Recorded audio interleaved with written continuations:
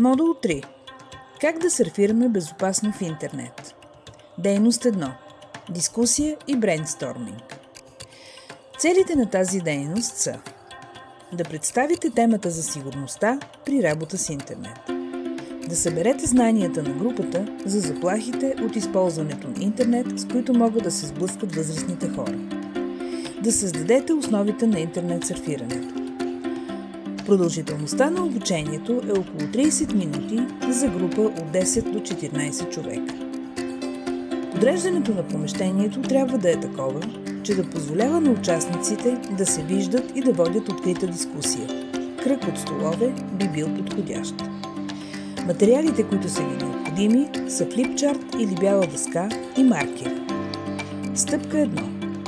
Започнете дискусия в групата за ползите от използването на интернет, но също и за заплахите, които можем да срещнем. Направете списък на флипчарта или бялата дъска на всички предложения от групата.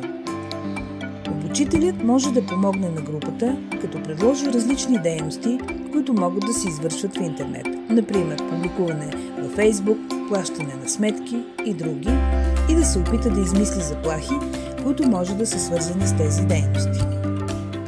Стъпка 2. Обобщете.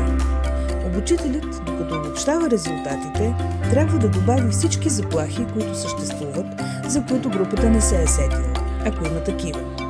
Повече информация за заплахите можете да намерите в теоретичните основни материали на модула. Стъпка 3. Обсъдете тези заплахи и как могат да бъдат избегнати. Дайте възможност на групата за дискусия и свободен брейнсторминг. Стъпка 4. Помолете групата да създаде 10 правила за безопасно навигиране в интернет. Не е проблем, ако правилата са повече или по-малко от 10. Обучителят трябва да провери дали някои важни правила не липсват и да ги добави.